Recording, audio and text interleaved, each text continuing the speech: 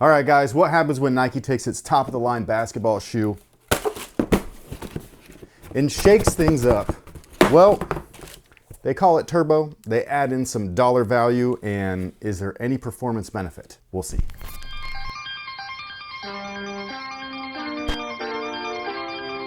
Hey, what's going on, guys? My name's Chris. Welcome back to the official WearTesters.com YouTube channel. Today we got a detailed look and breakdown on the other black label shoe that I picked up during All-Star Weekend, courtesy of Foot Locker. So big shout out to Foot Locker for these bad boys. This right here is the GT Cut 3 Turbo, or if we're gonna go with exactly what's on the box label, it says GT Cut 3 Turbo LX, usually meaning luxury. Are these luxury?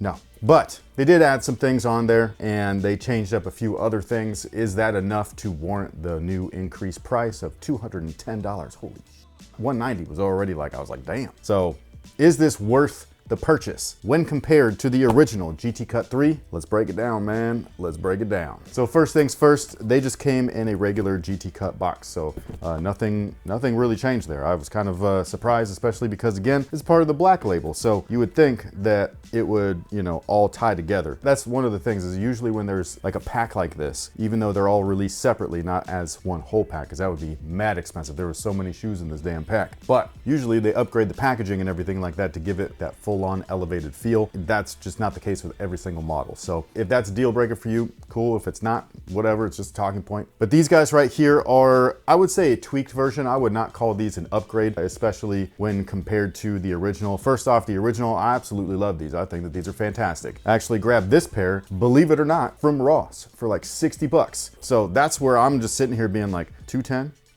60, 210, 60, no brainer.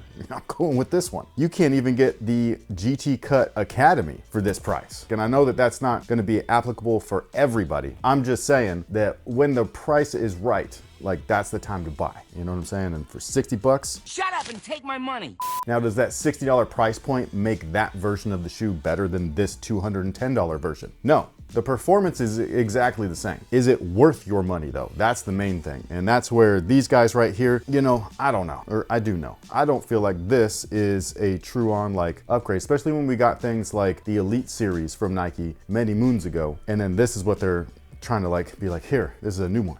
Buy this one now. And I'd be like, no, I can get the other one, like half off.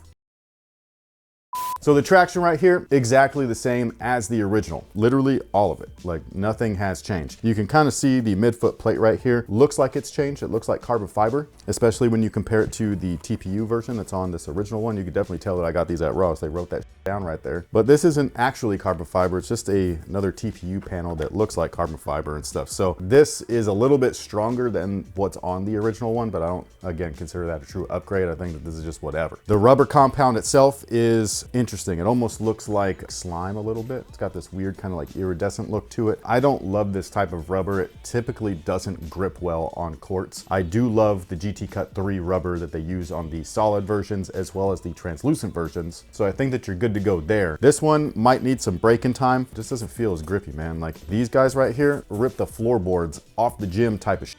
And then the first pair that I played in with the, they were like the opposite color. They were white with the red. Same thing, them things were mad grippy. These, they just don't feel like it, man. I just don't really love this type of rubber. I wish that they didn't go with this. It would have been better off as either solid black or solid gray, or maybe translucent black or gray. That would have been cool too, instead of this weird look. Now the cushioning is almost exactly the same. So the midsole right here is carrier foam, and then inside of the midsole is their Zoom X foam. And Zoom X is just fantastic. Like if you have not tried it, I highly recommend it. That is hella comfortable. Does it last a long time? Not really, but I do think that this will get you through a season. So I don't think that that's a big deal. You know what I mean? It just kind of depends on your budget. Like if you're willing to spend 210 bucks on something that is touted as top of the line, then go for it. Or if you just so happen to be in Ross and you see one of these things for like 60 something bucks, do it, dude.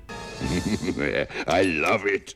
But yeah, much like that little TPU plate on the bottom, as well as the traction, they've switched up the little graphic right here that states Zoom X compared to the original. Is that a performance feature? No, it's just a visual thing, so don't get fooled by it. It's still the same exact stuff. Where they did actually upgrade or increase the cushioning was with the insole, and the insole is this thing right here. This is actually a Zoom X insole. I don't love these, you know what I mean? I think that they're cool, they're great for step and comfort. I just wish that there was a liner on them. I will will say compared to the original model that maybe this is a better insole than what came with that, but it's not significant enough to warrant that huge price increase. You know what I mean? Like, I just don't feel like this is like a completely better option than the first one. But it is nice that it's in there. Does the comfort of these change much with the extra insole and, you know, the ZoomX graphic logo and stuff like that when comparing it to the original? Well, the answer is simply no. They do feel pretty much the same. So again, is it really worth the $210? I mean, it's up to you. The upper is where things really started to change. This is, what was the shoe that we were talking about? Oh, it was the KD. Same tooling, so saved a ton of money, changed the upper, called it something new. Same thing here, only that they're, what would you say, like more like honest, where it's like, this is not a new shoe. Where like the KD 17 and now the KD 18, they're touting it as two different models, even though they're technically the same shoe. Same thing here, only they haven't done that. They just call this the GT Cut 3 Turbo. So I think that that's just a little bit more honest as far as like the overall presentation. Do I think that this upper is better than this one? I don't know. Like this ribbed stuff right here, it feels kind of rubbery. It feels like plastic. You guys already know, I don't love that. I would much rather have this textile right here. One of the other things that they did change is actually the lacing setup. They went from traditional, just a hole punch style of eye stay to internal lacing. And this is supposed to get the upper closer to your foot. So they used this way back in the 90s. Multiple shoes have had them, Jordan 14, 15, many others. And do I think that this is like a big upgrade? And that's, again, no, not really. If anything, it makes the upper flex and bow weird, you know what I mean? So I don't love it. Now, one of the things that I will say feels like a definite upgrade is the tongue. I really don't like these little like thin ass, like felt looking, like the running style tongues. I don't like them at all. That's where this guy comes into play. This feels like a much better tongue. I don't think that it's shaped well. That's one thing. Like where this thing right here is going to rest right on your shin and it is a little stiff. I don't think that it's going to really bother most people. I'm just saying that I think that it should have been concaved or whatever. So, you know, really like anatomy driven instead of just designed. One of the design things that they've done that looks really cool is actually the back. That's something where, again, it's not really a true performance feature. It's not a heel count or anything like that. I just think that it looks cool. But visually, these changes don't equal performance. You know what I'm saying? Like it doesn't make the shoe faster feeling or anything like that. So it's just one of those things where it's like, I understand what they want to do. It was like an elevated version of the original. I like that. I like the concept, but elevated in what way? For performance, for lifestyle, you know what I mean? Like, what is it? Because it doesn't feel like performance. It feels like somebody just wanted to tweak something just to tweak it. Like one of the things that I always find interesting is if you weigh them. You know what I mean? So we're gonna do that right now. So the shoe's empty, there's no stuffing in there. It does have the insole, so it's 11.97 ounces.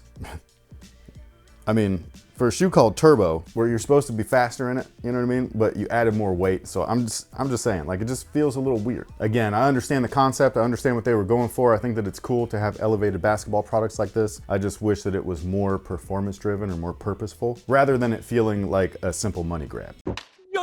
Now, as far as fit is concerned, they do fit true to size. Whatever you wore in the original model, that's exactly what I would go with here. Again, it's not something that I think is like a must-have or a must-cop. I do not feel that it's a full-on upgrade. I think that there are some things that might be considered, but not enough to make it feel like truly worth the extra price point. Like you can get this at a Nike outlet, you can get it at Ross, you can get it where you can find deals on these things right now. So it just feels weird to have something like this be put out when something like the original version is just available for a little bit less and it's not a difference, you know what I mean? Like there's not a drastic difference between the two. Unlike the Elite series where everything was different, they were lighter, they were stronger, all that stuff. It was just a different, man, it was just a different time, dude. Like what happened? But with all that being said, what is today's question of the day? Do you think All-Star Weekend has gone off the cliff? As far as like the NBA or as far as like brand activations? I feel like you've gone off on the NBA too hard? No, I was gonna say, I feel like you've kind of, in a nutshell, covered what you think as far as brand activation. Well, I think the activations are cool. They're definite money grabs, but like, it's cool though that like they're doing things with the communities, the different communities that all of the All-Star games are at. It's what an event like this is supposed to be about. It's supposed to be about bringing awareness and revenue and all of that stuff. It's like a vacation spot. If you take away all the touristy like certain locations within the world, and all of a sudden all of these people lose jobs, they lose revenue, all this it's not a good thing. So I think that brand activations are positive for the most part. Now, if we're talking about just the NBA, I feel like I ripped them a new butthole already, and I feel bad about it. Because like I don't think every player could be put underneath that like doesn't play with passion umbrella that I had like kind of alluded to. I do think that the majority, I just don't think that all of them. Like I guess if you were to compare just a current no passion having NBA player, compare him to anybody in the G League. Those guys are playing for a spot. Not just a spot in the G League, but a spot to get moved up to the NBA. You know what I mean? Those guys are playing with fiery passion and they get ignored. Like that's maybe like better basketball as far as like entertainment is concerned and just overall competition than something like the current NBA and stuff like that, which I will say to the question of the day where they're bringing the G League into this stuff. I wonder why. Maybe because they're playing with more passion than a lot of these NBA guys. I think the last NBA All-Star that I watched was last year's, and it was awful. Well, I do not like the weird point thing where like each team got to get to 40. You know what I mean? Like, what is this? Like, this is some weird ass like All-Star tournament. These are supposed to be the best players, the best of the best. I kind of want to see you guys go all out. And I know that I sound like a get off my lawn type of person, but like I grew up watching different It just is what it is. The product is different. I don't like the new product. The same thing with stuff like this. I grew up in a different era, buying different product. I love that product. That's the product I fell in love with. This is the kind of product that we get now, and I don't love a lot of this stuff. You know what I mean? Like, it doesn't feel the way that the old stuff felt. Like, it doesn't feel like it wants you. It feels like they think that you need it. I still like the prelude stuff. Like, I like the Rising Stars, and I like the skills challenge, even though that's a good example of like why people don't fuck with like Wemby and Chris Paul tried to cheat that game. They have been disqualified. Uh-oh.